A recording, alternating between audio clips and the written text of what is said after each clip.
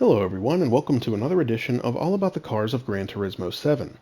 In this video, we're going to learn all about the legendary 1967 Ferrari 330 P4 race car. Now, this car can only be purchased at the legendary dealer, and it is 9.5 million credits to purchase. So it is a little pricey. But one thing I do want to make mention of before we start going any further into this video is that this car is one of the 3 cars that you need to own to unlock the 3 Legendary Cars trophy for this game. So that was a very elusive trophy when this game first came out, and nobody really knew how to achieve it. But the 3 cars that you need are this Ferrari 330 P4, the Jaguar XJ13, and the Ford Mark IV race car. All 3 of them can be found in the legendary dealer, and I think it costs somewhere between 20 and 25 million to purchase all 3. So check back often to see if you can get those 3 cars and get that trophy. Alright, so I'm going to click on this car, and we're going to start by going over some of its specs. First, this car comes, I can't say stock, but it comes from the dealership with 719.21 performance points. The drivetrain is MR, meaning that the engine is situated at the middle of the vehicle and the rear wheels drive the car. The maximum stock power, or power from the dealership, is 448 horsepower at 7,900 RPM. The weight is 1,746 pounds, and the engine is naturally aspirated. Now we're going to click on Learn More, and we'll see what Mikhail has to say about this car. The Ferrari 330 P4 is, without a doubt, one of the most beautiful racing cars in the world, and one of the rarest also. The Ferrari P Series are sports cars with a midship-mounted V12 engine. First developed in 1963, they've produced a glorious history in many races. The development of the P Series was stepped up to confront Ford at Le Mans, and reached its pinnacle with the P4 in 1967. At the 1967 Daytona 24-hour race, 2 330 P4s and 1 412P pulled off a spectacular 1-2-3 finish. Even including the P3 modified to P4 specifications, only 4 of these 330 P4s were ever produced. Alright, that's everything we can learn about this car from the legendary dealer. So we're going to back out to the main menu now and go to the garage where I'll get into this car and we'll learn some more about it. So I'm going to click on Change Car. We're going to come down to F for Ferrari. And here is the 330 P4. I'm going to click on this car, we'll listen to the startup sound, and then we'll learn some more about it.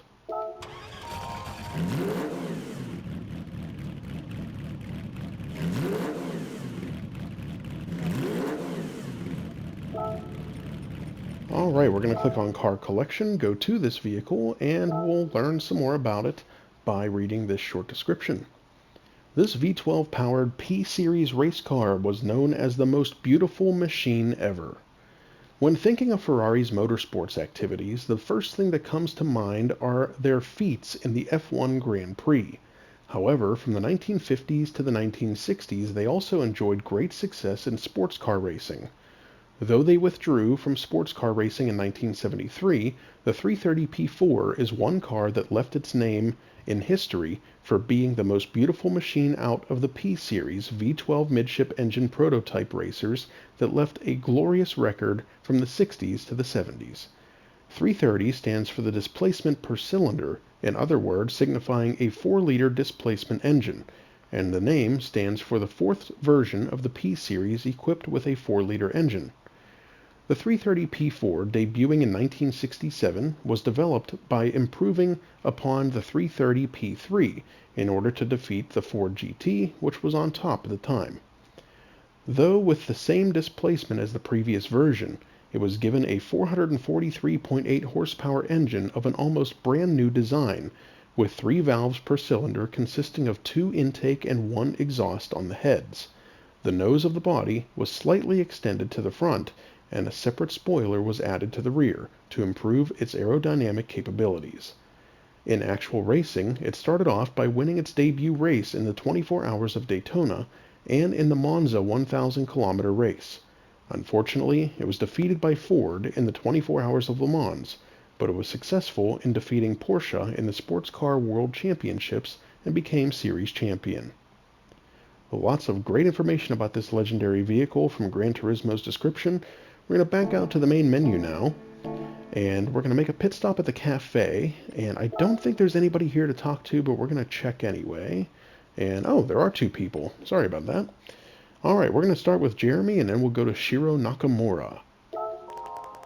I don't care what anyone else says. I think this is the world's most beautiful race car. I just can't get enough of that bodywork, especially the wheel houses and fenders. It's not just a nice looking car, though. It actually won the 24 Hours of Daytona on its first try in 1967. In fact, the 330 P4 occupied all the podium positions. Seeing three 330 P4s cross the finish line together, well, that was enough to bring a tear to my eye. The 330 P4 won the Monza 1000 km in 1966 as well. Formula One drivers Lorenzo Bandini and Mike Parks piloted the Ferrari in that race. The car was then entered into the 24 Hours of Le Mans, but defending champion Ford still proved dominant, and the 330 P4 came in second place. The Ford GT40 that won at Le Mans that year is also a beautiful car. But for me, nothing comes close to the 330 P4. Viva Ferrari! And now we're going to go to Shiro Nakamura and see what he has to say. There is simply no pure race car more stylish and appealing than the 250p. There hasn't been one before it or after it. Even if this car was designed strictly for racing, it doesn't feel that the priority was placed on winning races. You can say that the 250p is the ultimate expression of Ferrari's 1960s era mid-engine race car styling.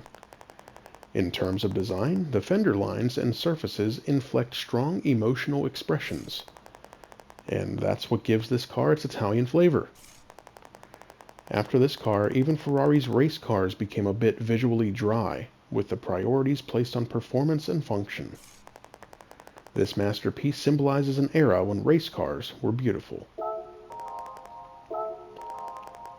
Alright, that's everything we can learn about this legendary vehicle on Gran Turismo 7, but we are going to make one last stop down at the tuning shop, where I'll show you everything that can be done to improve this car's performance and power. Now, as the tuning shop loads in, I do want to let you know that there is not going to be a lot that you can do to this car, because it already comes as a race car, so a lot of the parts, especially early on in the sports and club sports categories, are either already added to this car, or the car already has parts that are better than those parts added to it. So we're going to start under the sports category, and as you can see, pretty much everything is not available with the exception of the tires. Under Club Sports, much of the same here. Actually, the only things that you can buy under Club Sports are things that would reduce the power, such as the power restrictor and ballasts. Under Semi-Racing, you can add a racing crankshaft, a fully customizable computer, and a medium or high RPM turbocharger, as well as a fully customizable LSD, fully customizable manual transmission, and increase the body rigidity. But everything else on this page is not available. And under the racing category, you can purchase Stroke Up, the racing intercooler, the racing muffler, the racing brake kit with slotted discs, a fully customizable suspension, the brake balance controller, the fully customizable racing transmission, and any of the racing tires, but everything else on this page is not available. So there's a little bit that you can do to this car, but not a whole lot, but maybe there's enough that it will just give you that little extra edge on the track. Well, that's everything we can learn about this legend on Gran Turismo 7. I hope you enjoyed the video, and I hope it helps you to determine whether or not you'd like to add this car to your collection. Stay tuned for more videos highlighting all of the cars of Gran Turismo 7. Don't forget to like and subscribe to our YouTube channel. Thanks for watching. We'll see you next time.